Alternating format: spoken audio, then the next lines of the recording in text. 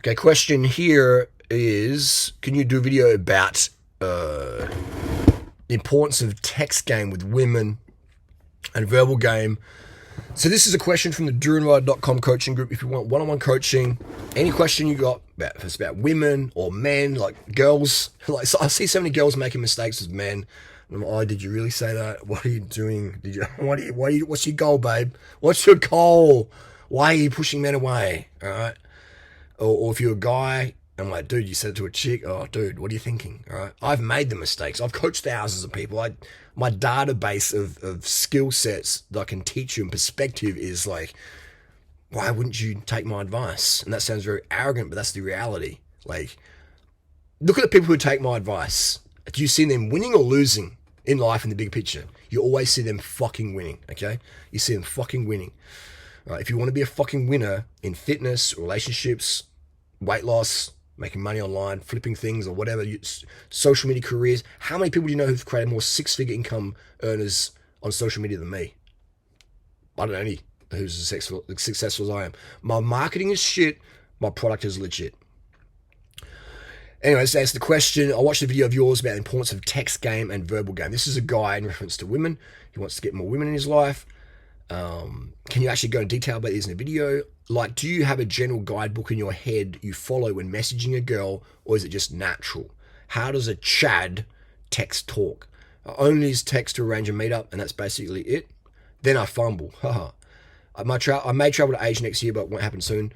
Okay, so great question. This is from a guy. He wants to get more women in his life. You need to go to Asia this week. You need to go to Angeles City, Philippines this week, okay? Well, I can't do that because I've got university, I've got work, Fuck all that, man. Fuck all that. Like, what good is it if you become a lawyer and you make great money and chicks like, oh, he's a lawyer, I've got money, he's always got a Porsche, oh yeah. And they're like, oh, fuck, he's boring. I'll go for free dinners. I might live with him, but I'm still going to be fucking chads in the weekend.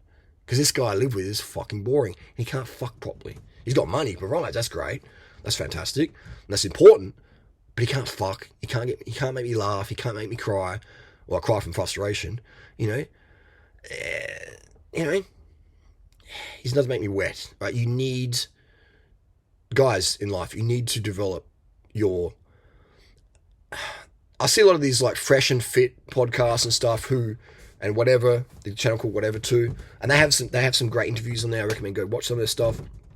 But these guys they're great at interviewing people, but I can tell they have fuck all experience with women. They don't. If they had proper experience, they'd have their ideal girlfriends like I do. Right? They don't, so they don't. But they can make some great content, so go check it out. But because these guys haven't been to Asia, all right, they're just dealing with these Karen women or these septum ring chicks or the dyed hair or the leftist feminist types or the OnlyFans chicks, the entitled ones, and they just get these damaged viewpoints of chicks and then think, oh, women like that, and you know, and women are like that to a degree if they don't have a proper guy in their life who can really provide for them in the ways they want. So these guys say, forget women, just focus on grinding it out and getting money. Yeah, but then what happens is these guys become lawyers or successful entrepreneurs. They get money. Then the chicks go, oh, wow, I'm interested in you now. And then they go, well, I'm going to sperm jack this guy. The guy gets fucking sperm jacked. And now his money's going to her and the kid. And she's like, actually, you're boring. I'm going away. But you're going to pay me alimony money. I want $1 million. And these guys are like, fuck. You know what I mean? And then they hate women even more because they didn't learn fuck game and game in general with women early in life. And then they get assets and the women take their assets because the women get bored. She's like, well, I want something for my time. Give me your money. Can't give me a good cock, then give me money, you know? Can't give me good masculine presence and good cock, then I want money. So, and women want something, okay? Something for something. So you need to learn Chad, talk, and text early in life. It'll make your life a lot better. And then when you have that, you can do both. You can have Chad experience whilst earning money as well. I would recommend going to, to get your confidence up. Because all that's going to happen, right? If you're the average Western dude, I don't make these rules, by the way. I don't make these rules. These are social rules, and any guy who can relate can relate. Women might laugh at this stuff, but they're not men, and so they don't understand what men go through. Right? It's like, I know what women go through because I coach so many women, and because my estrogen levels, I put them up so high into female territory to understand, wow, this is emotional, it's up and down. This is what women sort of feel like in a way. Women have never had my testosterone levels, all right? They just haven't. They turn into ogres if they did. But I've tweaked my estrogen levels right up so I think more like a woman to get a perspective of what it's like to be in a woman's body with that level of estrogen in the brain, estrogen on the androgen receptors, etc. So I can relate to a woman more than women can relate to me because I've coached so many women, been with so many women, and had estrogen levels like a woman. So that's why I have an interesting perspective there. That's why I am such a good coach. I'm probably a better coach for women than I am men. In terms of what women can do, how to make themselves more attractive and have bigger quality relationships. And again, here's the thing, I sound so arrogant when I say that. And women are like, he doesn't make me feel good. I'm going to ignore his advice. But you lose. I don't lose. You lose. But if you lose, I lose a bit because I don't like seeing people suffer needlessly. I have too much empathy to see people suffer needlessly. Even if I'm like, oh, it serves you right. It's part of me is like, oh damn, what are you doing, man? Now you're missing out. Right? You got spite for me, but now you miss out. Don't do that. Don't have malice, and then you lose out.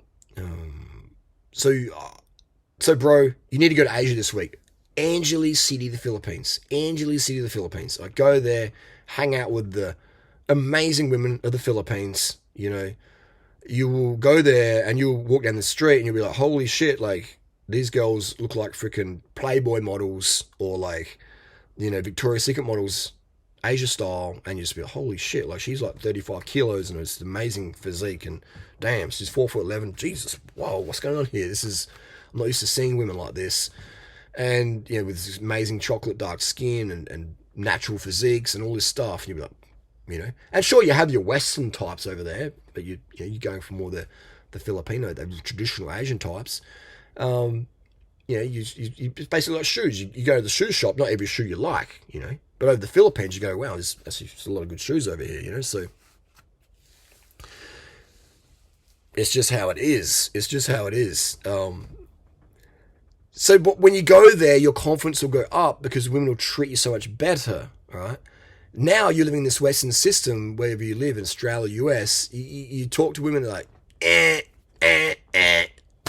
a rapist. Oh, don't talk to me. I'm calling them, cancelled. I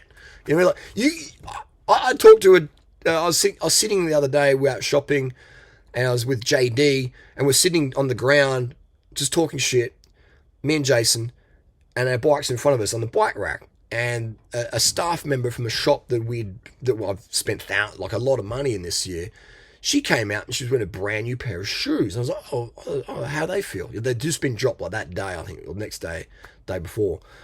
And I was like, how do they feel? I thought I'll be chatty because like I'm in there almost every fucking day. Like I'd feel like a douchebag if a woman comes out, she's in her 20s or something, if she comes out and I just totally fucking ignore her like a douchebag. So I said I had the shoes, and she's chatting back. It was dialogue. It wasn't just monologue for me. It was dialogue. She was answering, etc. Anyway, she tells her boss, oh, he approached me in the car park and I feel uncomfortable. And it's like, I said to Jason, oi, remember yesterday that conversation at the bike rack? He's like, yeah, what about it? I said she felt uncomfortable and I approached her in the car park. He's like, what the fuck? So, and I was just having a conversation with JD about how Western women are like that.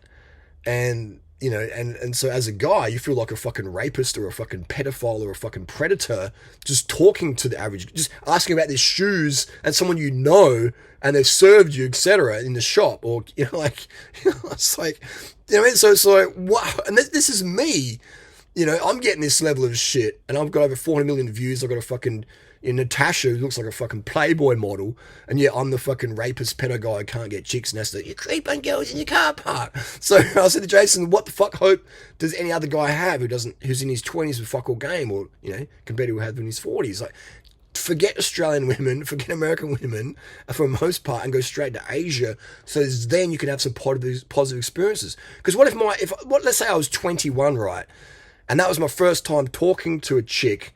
She's come up to me. She's got these shoes, and I had this conversation. And that was the reaction I got. If I had no other, mega positive experiences with women like I have had, imagine if that woman at the bike rack was my first time, or first few times of having experience with a woman in, someone I knew just talking about shoes in public place in the daytime, not in a dark alleyway, in, you know what I mean? And her own free will. My self-esteem would be pretty fucking crushed, just like it is for a lot of men out there and teenage guys and young guys who that's their experience they have with women, and they never ever have a positive experience ever again. And so then they become these incels, 20-year-old incel, 30 or 40 or 50-year-old incels. You know what I mean? And women don't understand that. Women just have their moods or whatever, or they're just like, blah, blah, blah. Or maybe you don't ask a girl her phone number. She's like, oh, you talk to me. Oh, you don't like me. Well, fuck you then. I feel rejected now. You're a rapist. That's how some women think. Or you didn't pursue me. Or I'm not good enough. Okay, you're not good enough. I'm going to cancel you first. Oh, you're a rapist. You made me feel uncomfortable. That's what goes on in some women's heads out there. Okay. So, guys are like, why would we make a fake rape claim or make a fake harassment claim? Because of rejection. If a woman feels rejected, if some women feel rejected by a guy they're really into, they will want to cancel you. They will want to cancel you. Guys, to understand this, because this is not something a masculine man would do. We'll just cop in the chin and go, okay, you're into me, cool. And guys deal with rejection all the time. Women aren't used to being rejected, okay? Women aren't used to being rejected. So when a woman feels rejected from a man that she wants to invest in and he rejects her, that cuts deep in a woman's ego. And for some women, it just gets out of control and they do stupid shit which fucks their reputation up, fucks their name up, etc. For good quality guys. So, look online for proof of that. And but so I don't have any anger for any of these women out there. I don't have any resentment or spite. I just go, Dad, what are you doing? Like, you're just cancelling yourself. Okay, you're being immature and irresponsible, and you don't know what it's like to be a guy. So, this is why so many guys are going to Mexico. They're going to Africa. They're going to India. They're going to Philippines or Thailand. They're going to the country areas where women haven't had this fake Me Too entitlement bullshit. Oh, I get rejected, I'm going to make a fake claim. They don't have that over there as women, in these small areas. They have just more like yes or no. Like, I'm not into you. Okay, cool. They have this bullshit resentment or rejection thing going on as much. So I recommend you have to go to Asia now, this week, bro. If women, quality women, if having quality experiences, sexual experiences, conversational experiences, just if having quality experiences with beautiful, attractive, feminine women is a priority for you, drop everything, get a credit card, whatever it takes, go to Angeles City, stay off the drugs, stay off the alcohol, stay off coffee, stay off all the shit, and go over there and have those experiences. And yeah, you might find yourself maybe using freaking Cialis because you're so worn out, you can't even be so I'm done, I need some support because there's all these chicks want to catch up with me, blah, blah, blah. Okay, they're the only drugs you should be taking. PEDs, maybe, but recreational shit, alcohol, caffeine, forget it. Painkillers, forget it. Unless you can't sleep or whatever. But then again, you wouldn't be jumping on a plane, would you? So, but yeah, alcohol, weed, all those things, just stop all those things, have that clarity set of mind and go over there. Because otherwise, what are you going to do? You're going to get shut down. You're going to get your self-esteem so fucking beaten down, you're going to put yourself in a fucking hole you're going to have to climb back out of. That's dumb. That's fucking dumb, man. That's like me saying get a road bike, and you're like, okay, I'm going to get a road bike and I'm going to ride with no tires on, so I keep crashing. And so I keep telling myself road bikes suck. I keep telling myself women aren't worth the effort because I keep crashing because I put myself in an environment where I'm going to get crashed. All right? That's dumb. That is fucking dumb, but so many men do this. Guys, you're in my coaching group, you're getting the best advice ever. But if you're not in my coaching group, join my coaching group, Durianrider.com. What do I do? What do I say? Where do I go? Just go there and I'll tell you where to go when you're there, okay? I'll literally walk you through every morning. Hey, Harley, I'm in Angeles City. What should I do today? Go boom, boom, boom, boom, boom. Literally. Do this, do that. Okay, cool. What should I wear? Wear this, wear that. Okay, cool. What should I eat this? Oh, you're just conditioning young men. Yeah, I am. Conditioning them to have their best fucking lives ever. And when good men, when men have better quality lives, they become good men, and then they can become good men for good women, and then it fucking carries on. Then momentum's brought up. They say, what's the saying? Hard times create hard men. Hard men create soft times. Soft times create soft men. soft men create hard times. Okay? So, you know, I've been out there on the internet. People talk shit about me. Oh, he's a rapist. No, sorry. Just, because, Hannah stayed in my hotel room and her boyfriend found out that she slammed the fuck out of my pelvis. That's not rape, guys. Right? He regretted that she hooked up with me, and he found out about it for someone else. And then he's like, well, it must have been rape because my girlfriend wouldn't fuck Durianrider. She wouldn't fuck guys who got fame and money. She wouldn't do that. She wouldn't fuck guys like Durianrider got a big girth and a good VO2 max. She wouldn't do that. All right. So, and then some people out there, some beaters out there believe that. So they don't take my advice. Then they lose. All right. So it's just, so I've been through all that shit, the fake claims by the boyfriend, never the girl, the guy always says it. These bisexual guys. And again, I got nothing wrong if you're gay or bisexual, but it's always the gay guys who make the anti-right. Just type in Durianrider, Harley Johnstone into Google or YouTube, and you'll see blogs or videos about me, and you're like, fuck, these guys are all bisexuals, gay dudes. Damn, what's the correlation there? Okay, and again, nothing. And I've got a huge audience who's bisexual, huge audience who's gay. Nothing wrong with that. Okay, you consenting adults, go for it, whatever. As long as I hurt no one, it's all good. And one of my gay mates is like, these guys just want your attention. They want drama. They love drama. They can't get your attention positively. They'll get attention negatively.